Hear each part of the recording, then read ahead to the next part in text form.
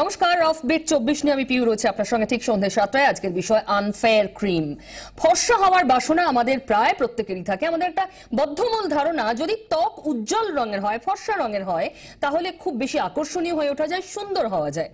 কিন্তু এই ধারণা কতটা ভ্রান্ত, আর ফর্সা হতে গিয়ে আমরা কিভাবে নিজেদের শেষ করছি, আজকের অফবিটে সেই তথ্যই আপনাদের সামনে তুলে ধরবো।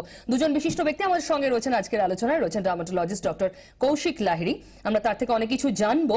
তারা এই নিয়ে রীতিমতো গবেষণা করছেন এবং একটার পর একটা ক্রিম বাজার চলতি যা অত্যন্ত প্রচলিত, সেগুলো টেস্ট করে তার মধ্যে কতটা বিষাক্ত পদার্থ রয়েছে সামনে আনছেন তারাই। আর আমাদের সঙ্গে রয়েছেন পশ্চিমবঙ্গ ড্রাগ কন্ট্রোলের প্রাক্তন ডেপুটি ডিরেক্টর অমিতাভ ব্যানার্জি। আমরা দুজনের সঙ্গে কথা বলবো, আপনাদের সঙ্গে অবশ্যই কথা বলবো। 22342424 39180112 দুটো নাম্বার খোলা রইল আপনাদের জন্য। টুইট করতে পারেন, তবে সবার আগে আপনাদের দেখাতে চাইবো কিভাবে এই ক্রিমগুলো, যা বাজারে অত্যন্ত প্রচলিত, অত্যন্ত পপুলার ক্রিম, আমরা বেশি করে ব্যবহার করি। শুধু ফেয়ারনেস ক্রিম কেন, আরো অনেক কিছু দেখলেই আমরা হয়তো কিনে নিতে চাই, ভাবি এটা লাগালে নিশ্চয়ই ভালো কিছু ফল হবে। কতটা খারাপ হতে পারে একবার দেখুন। কৃষ্ণ কলি আমি তারে বলি, কৃষ্ণ কলি আমি তারে বলি, কালো তারে বলে গায়ের লোক, মেঘলা দিনে কৃষ্ণকলি কাব্যেই থাক। কিছু বাস্তবে দাঁড়ালে আজও বাঙালির একটা স্লোগান, বংশের গৌরব রাখতে হলে বউ হতে হবে ফর্সা। তাই সেমিনারে বর্ণ বৈষম্যের ধুয়ো উঠলেও রমরমিয়ে বেড়ে চলেছে ফেয়ারনেস ক্রিমের বিক্রি।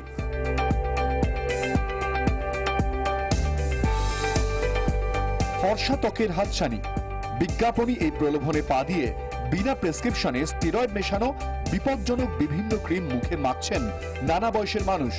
মহিলা পুরুষ কেউই কম যান না, যা থেকেই তৈরি হচ্ছে ত্বকের জটিল দুরারোগ্য সব অসুখ। স্টেরয়েড ক্রিম মেখেই মুখ ভরে যাচ্ছে দগদগে পোড়া দাগে, কখনো আবার হরমোনের গোলমালে আচমকা দাড়ি গোঁফ উঠছে মেয়েদের। কারো ক্ষেত্রে রোদে বেরোলেই মুখের চামড়া ফেটে শুরু হচ্ছে অসহ্য জ্বালা। মুখের এমন দশাই ডেকে আনছে চূড়ান্ত মানসিক অবসাদ। পরিসংখ্যান বলছে এ ধরনের ত্বকের সমস্যা নিয়ে আসা রোগীদের 29%ই ফর্সা হতে স্টেরয়েড ক্রিম মেখেছেন। 50% ভুক্তভোগী অন্য কারোর কথা শুনে স্টেরয়েড ক্রিম মেখেছেন। তবে ত্বকের সমস্যা বাড়লেও স্টেরয়েড ক্রিমের বিক্রি কিন্তু একেবারেই কমছে না। এদেশে বছরে স্টেরয়েড ক্রিমের বাজার 1400 কোটি টাকার, যা আরো 16% বেড়ে যেতে চলেছে। ব্যাপক প্রচার করে মানুষের সচেতনতা বাড়ানো ছাড়া এই পরিস্থিতি থেকে নিস্তারের যে কোনো উপায় নেই, তা মানছেন ত্বক বিশেষজ্ঞরাও। ব্যুরো রিপোর্ট, 24 ঘন্টা। এত কিছু পরে সাধারণ মানুষ কি ভাবছেন? তারা হয়তো শুনে থাকেন কোথাও কোথাও যে কুফল রয়েছে, কিন্তু তারপরেও ফর্সা হওয়ার বাসনাকে তারা আটকাতে পারেন। কয়েকজনের সঙ্গে আমরা কথা বলেছিলাম, শোনাবো আপনাদেরও। কিসের জন্য ব্যবহার করে? স্কিনটা এত ফেয়ার দেখায় সেই জন্য। I don't believe in this concept যে এই ফর্সা হতে হবে, মানে গাড়ি রাইড দেখানো মানে যেন স্মুথ রাস্তা দেখাতে হবে, রাফ রাস্তায় দেখাও। But I don't believe in this যে ফেয়ারনেস ক্রিম মানেই একটা, আই ডোন্ট বিলিভ দিস। করি না, কিন্তু কখনো কখনো ইউজও করি। কতটা এফেক্ট হয় জানি না। অনেকে না জেনে, অনেকে শখে, অনেকে আরো শুনে এই ধরনের ক্রিম ব্যবহার করে থাকেন। ডক্টর লাহিড়ী আমাদের সঙ্গে রয়েছেন। কুফল কতটা, কি হতে পারে এগুলো ব্যবহারে? দেখুন, প্রথমেই আমি 24 ঘন্টাকে অত্যন্ত ধন্যবাদ জানাচ্ছি যে এরকম একটা সমস্যা আজকে আপনারা ফোকাস করেছেন। আমরা যে আলোচনায় আজকে আছি সেটা একটা ভয়ঙ্কর অবস্থা, এবং আমরা সবসময় যেটা বলি, আমরা একটা আগ্নেয়গিরির ওপরে বসে আছি, আমরা সেটা হয়তো সচেতন নই। কুফলের আগে আমি বলি 4 ভাগে আমরা যদি ভাগ করি এই ফেয়ারনেস ম্যানিয়াকে। প্রথমে বলি যে ফেয়ারনেস ক্রিম বলে কিছু নেই, এবং এটা স্পষ্ট হওয়া উচিত। কেউ কখনো নিজের ত্বকের যে রং সেটা কোনোভাবেই তার থেকে সাদা করতে পারেন না, সেটা একেবারেই মেডিকেলি ইম্পসিবল। যদি হতো, কিছুদিন আগে আমাদের শহরে কালো মানিক পেলে এসেছিলেন, তিনি যথেষ্ট বয়োবৃদ্ধ মানুষ, তিনি ফর্সা হয়েই আসতেন। অথবা মার্কিন যুক্তরাষ্ট্রের রাষ্ট্রপতি, যতদূর জানি তিনিও কালো মানুষ, নেলসন ম্যান্ডেলাও তাই ছিলেন। যদি ফর্সা করা যেত তাহলে এই মানুষগুলো হয়তো অনেক আগেই ফর্সা হয়ে যেতেন। এবার বলি কিভাবে সমস্যাটা হয়। কয়েক রকমের ফেয়ারনেস ক্রিম বাজারে চলে, যেগুলো অত্যন্ত বেশি জনপ্রিয় ব্র্যান্ড। তার মধ্যে প্রধান অংশ যেটা, সেটা কোনো লাভও করে না, ক্ষতিও করে না, সেটা সম্পূর্ণভাবে মানুষকে ঠকাচ্ছে। আচ্ছা, সেটা চলে বিজ্ঞাপনের চটকে। 2 নম্বর যেগুলো, সেগুলো হচ্ছে কিছু প্রেসক্রিপশন বেসড মেডিসিন। তার মধ্যে ট্রেটিনয়েন বলে একটি থাকে, যেটা কোনো গর্ভবতী মহিলার লাগানো উচিত না গায়ে। স্টেরয়েড থাকে মোমেটাজন বা ফ্লোসিনোলন, এবং তার সাথে যেটা থাকে সেটা হচ্ছে হাইড্রোকুইনোন, একটি ব্লিচিং ওষুধ। সেটা ডাক্তারবাবু দিতে পারেন কোনো দাগ কাটা, সেই জায়গাটা কালো হয়ে আছে, পোস্ট ইনফ্লামেটরি একটা জায়গা ছোপ পড়ে গেছে, সেটা ঠিক করার জন্য, ফর্সা করার জন্য নয়, মানে as per requirement. As per requirement. আর 3 নম্বর হচ্ছে আজকাল পেপার জুড়ে বিজ্ঞাপন, যেটা উনি বলবেন, উনি ছিলেন ড্রাগ কন্ট্রোলারে, একেবারেই অনৈতিক, একেবারেই ইললিগালি বিরাট বিরাট বিজ্ঞাপন চলছে, যেগুলো আসলে ওষুধ। কোনো ওষুধের কিন্তু বিজ্ঞাপন দেওয়া উচিত না, সেগুলো ফেয়ারনেস ক্রিম হিসেবে ওষুধ চলছে। আর 4 নম্বর হচ্ছে আয়ুর্বেদ বা তথাকথিত নানা রকমের আজকাল বিজ্ঞাপন চলে, সেটা প্রিন্ট মিডিয়ায় শুধু না, টিভির পর্দাতেও চলে। সেখানে যেগুলো আছে, আমরা আমাদের সংস্থা থেকে গবেষণা করে, আমরা বিভিন্ন জায়গায় টেস্ট করে, বিভিন্ন রাজ্যের ড্রাগ কন্ট্রোলারের মাধ্যমে টেস্ট করে দেখা যাচ্ছে, খুব দুঃখের ব্যাপার এবং ভয়ের ব্যাপার, তাদের মধ্যেও কিন্তু স্টেরয়েড পাওয়া যাচ্ছে। আমি দুটো পয়েন্ট নিয়ে প্রথমে একটুখানি জিজ্ঞাসা করতে যাবো, নিশ্চয়ই দর্শকদেরও উৎসুক রয়েছে। আপনি বলছেন বিজ্ঞাপনের চমক, তার জেরে বেশিরভাগ ফেয়ারনেস ক্রিম বিক্রি হয়, আদতে কোনো কাজ হয় না। সত্যি যদি কিছুই না হয়, তাহলে এত দেশ জুড়ে, তৃতীয় বিশ্ব জুড়ে এত ফেয়ারনেস ক্রিমের তৈরি এবং বিক্রি কিভাবে সম্ভব? মানুষ কিনছেন কেন? তার কারণ হচ্ছে ফেয়ারনেস ম্যানিয়া। আমাদের দেশে স্টে আনফেয়ার, স্টে বিউটিফুল বলে একটা আন্দোলনও চলে, আমাদের এটার সঙ্গে খানিকটা তার সংযোগ আছে। পৃথিবীর বিভিন্ন দেশে, যেমন ধরুন আইভরি কোস্ট, সেখানে সরকারিভাবে সরাসরি সমস্ত রকম ফেয়ারনেস ক্রিমের বিক্রি এবং বিজ্ঞাপন বন্ধ করে দেওয়া হয়েছে। তার কারণ এগুলোর কুফল সম্পর্কে সেখানে সরকার বাহাদুর সচেতন। আমরা এখনো সরাসরি সরকারকে সেভাবে সচেতন করে তুলতে পারিনি। আমরা সরকারি সচেতনতার জায়গাটা আসবো, আমি আসবো অমিতাভ বাবুর কাছে, কিন্তু তার আগে টেলিফোনে কেউ রয়েছেন, বলুন। হ্যালো। হ্যাঁ বলুন। শুভ সন্ধ্যা পিউ। শুভ সন্ধ্যা, বলুন। আমি সুপ্রিয় কথা বলছি দমদম থেকে। অ্যাকচুয়ালি আজকের what a brilliant programme you are doing, মানে নো ডাউট।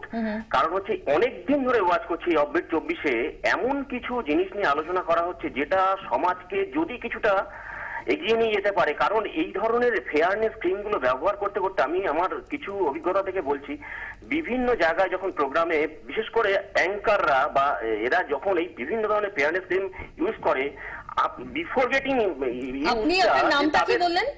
আমি সুপ্রিয় কথা বলছি। আচ্ছা সুপ্রিয় বাবু, আপনার এই ধারণা কি করে হলো অ্যাঙ্কাররা ফেয়ারনেস ক্রিম মেখে বসেন অ্যাঙ্কারিং করতে?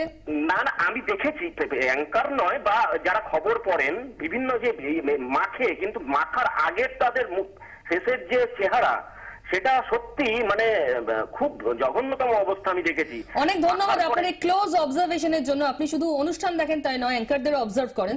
তবে আমার মনে হয় ধারণা ঠিক নয়, কেউ ফেয়ারনেস ক্রিম মেখে অ্যাঙ্কারিং করতে বসেন বলে আমার জানা নেই। এরপর অমিত রয়েছেন টেলিফোনে, বলুন। হ্যাঁ নমস্কার। নমস্কার, বলুন। বলুন। হ্যাঁ বলুন। হ্যাঁ বলছি দিদি, ফেয়ারনেস ক্রিমের যে রমরমা চলছে আজকের দিনে, তো আমি একটা কথাই বলবো যে প্রাচীন যে চিকিৎসা শাস্ত্র সূত্রদের কথা আমরা শুনেছি, তো সেই যে সূত্রগুলো তিনি আবিষ্কার করে গিয়েছেন, যে আয়ুর্বেদিক শাস্ত্র বা প্রাকৃতিক নিয়মে যদি কিছু করা যায়, তাহলে আমার মনে হয় খুব বেটার হয়। মানে এই যে ফেয়ারনেস ক্রিমের চক্রে পড়ে বিশেষ করে মেয়েরা যে রূপচর্চা করতে গিয়ে তাদের রাসায়নিক যে পদার্থগুলো মুখমণ্ডলে ক্ষতি করছে, সেটা সত্যি আজকে ভাবার দিন এসেছে। অনেক ধন্যবাদ। আপনি যে এত ভাবছেন, প্রথম দুজন ফোন করলেন, দুজনই কিন্তু পুরুষ, এটাও একটা বেশ উল্লেখযোগ্য দিক। সচেতন হচ্ছেন মানুষ। আমি অমিতাভ বাবুর কাছে আসবো। যে কথাটা উনি বলছেন, সরকার সচেতন নয়, যার জন্য হু হু করে বিকোচ্ছে এই ধরনের ক্রিম, যার মধ্যে পয়জন রয়েছে, স্টেরয়েড রয়েছে, যা ক্ষতিকারক। দেখুন, প্রথমেই আমি বলি, ড্রাগস অ্যান্ড কসমেটিক্স অ্যাক্ট এটা একটা প্রি ইন্ডিপেন্ডেন্স অ্যাক্ট, প্রাক স্বাধীনতা যুগের আইন। ড্রাগস অ্যান্ড কসমেটিক্স রুলসও তাই 1945-এর। পরবর্তী পর্যায়ে এই আইনগুলোকে কালোপযোগী করার জন্য বিভিন্নবার সংশোধিত হয়েছে, আইন সংশোধিত হয়েছে। এই আইনের একটা জায়গা আছে, একটা শিডিউল জে বলে, যেখানে কিছু রোগের কথা বলা আছে, যে রোগ কোনো ওষুধ দিয়ে সারানো যাবে না, কোনো ওষুধ ক্লেম করতে পারবে না যে সেই রোগগুলোকে সারিয়ে দেবে। রোগ তো পরে, যিনি সুস্থ, শুধু কমপ্লেক্সনটা তার কাঙ্ক্ষিত জায়গায় নেই, তিনি যতটা ফেয়ার চাইছেন তার ফেয়ার নেই।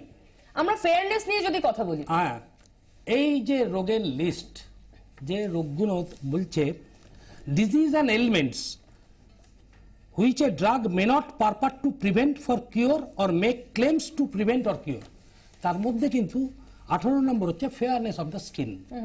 তার মানে স্কিনের ফেয়ারনেস কোনো ওষুধে সারাতে পারবে না। আর একটা আছে প্রিম্যাচিওর এজিং, মানে অল্প বয়সে একটু বয়স্ক মনে হচ্ছে তারাও এটা ব্যবহার করেন যাতে আরো সুন্দর দেখায় তাদের।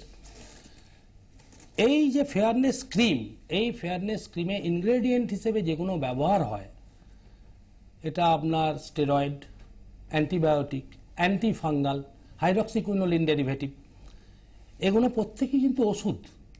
এগুলো যদি অন্য ফর্মে দেওয়া হয়, ট্যাবলেট, ক্যাপসুল, ইঞ্জেকশন, তাহলে এগুলো কভার করে আন্ডার শিডিউল 8, যেখানে রেজিস্টার্ড মেডিকেল প্র্যাকটিশনারের প্রেসক্রিপশন ছাড়া এই ওষুধগুলো কেনা যায় না।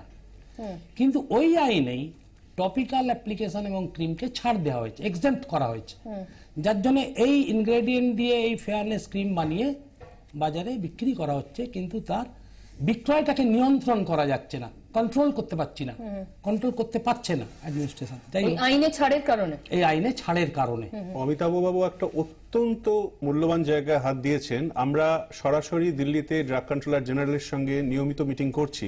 আমাদের গত বৃহস্পতিবারই মিটিং ছিল ডক্টর জিএন সিং এর সঙ্গে, এবং সেখানে সরাসরি আমরা এটাই ফোকাস করেছি, সরকার সচেতন হচ্ছেন।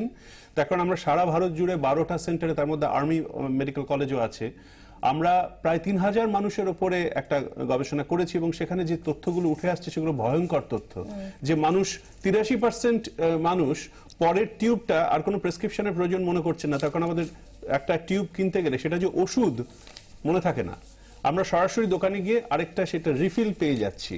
এই জিনিসগুলো সরকারের কাছে আনা, এবং উনি যেটা বললেন শিডিউল জে ক্লজ 18, কাউকে যেমন লম্বা করা যায় না, কারোর টাকে চুল গজানো যায় না, সেগুলো সম্পূর্ণ অবৈজ্ঞানিক। কাউকে, কিন্তু এই বিজ্ঞাপনগুলো সবথেকে পপুলার বিজ্ঞাপন এবং সম্পূর্ণ অনৈতিক, সম্পূর্ণ ইললিগাল, এবং কখনো কাউকে ফর্সা করার বিজ্ঞাপনটা, আমি আজকে চ্যানেলে জোর গলায় বলে যাচ্ছি, একদম সম্পূর্ণ বেআইনি কাজ, এবং সেটাই চলছে, সেটাই আমরা সরকারকে সচেতন করার চেষ্টা করছি। হয়তো আমরা সচেতন হব, তার আগে সরকারেরও সচেতন হওয়ার প্রয়োজন বিক্রি বন্ধের জন্য, বিক্রিটাকে হ্রাস টানার জন্য। টেলিফোনে কেউ রয়েছেন, আবার আসবো অমিতাভ বাবু। হ্যাঁ বলুন। হ্যালো, হ্যাঁ বলুন। হ্যাঁ বলছি, আমি নমস্কার, নদিয়া থেকে অনুপ বলছি। নমস্কার, বলুন। হ্যালো, হ্যাঁ অনুপ বলুন, আমি শুনতে পাচ্ছি। হ্যাঁ বলছি, আমরা সাধারণ মানুষ আমরা বুঝবো কি করে যে কোন ক্রিমটা আমাদের পক্ষে ক্ষতিকারক আর কোন ক্রিমটা ক্ষতিকারক নয়? এটা এক্স্যাক্টলি এটাই আপনাকে জানানোর জন্য আজকের অনুষ্ঠান। আপনি শুনতে থাকুন, প্রশ্নের উত্তর নিশ্চয়ই পাবেন। আরো কেউ রয়েছেন, বলুন। হ্যাঁ, আমি উত্তম কুমার গিরি বলছি। হ্যাঁ বলুন। আমি পূর্ব মেদিনীপুরের এগরা থেকে বলছি। তো যেটা আমার কথা হচ্ছে যে এই যে ক্রিম যেটা আমরা ব্যবহার করছি, মানে নিজেদেরকে হয়তো ফর্সা করে তুলবার জন্য, কিন্তু ব্যাপারটা হচ্ছে শীতকালে তো ড্রাই স্কিন, সেক্ষেত্রে আমরা কি করে মানে এমন কি ব্যবহার করব যাতে স্কিনটাকে ড্রাই স্কিনের হাত থেকে বাঁচানো যায় আর কি। হ্যাঁ, যে এমন কি ব্যবহার করবো ডাক্তারকে অনুরোধ করবো বলার জন্য। অনেক ধন্যবাদ, শুনতে থাকুন। ফেয়ারনেস ক্রিম আর ময়শ্চারাইজার দুটোর মধ্যে অনেক তফাৎও বোধহয় রয়েছে, উনি নিশ্চয়ই আপনি ক্ল্যারিফাই করবেন। একটা ছোট্ট বিরতিতে এই মুহূর্তে যেতেই হচ্ছে, গুরুত্বপূর্ণ সমস্ত তথ্য আপনার সামনে থাকবে একটা বিরতির পর। তবে শুধু ফেয়ারনেস ক্রিম কিন্তু নয়, এই যে টাকে চুল গজানোর যে লোশন, ওষুধ, ক্রিম, ধরুন সাধারণ দাঁত হাজার যে মলম, সবকিছুর মধ্যে স্টেরয়েড রয়েছে। জানবেন এই বিরতির পর, সঙ্গে থাকুন।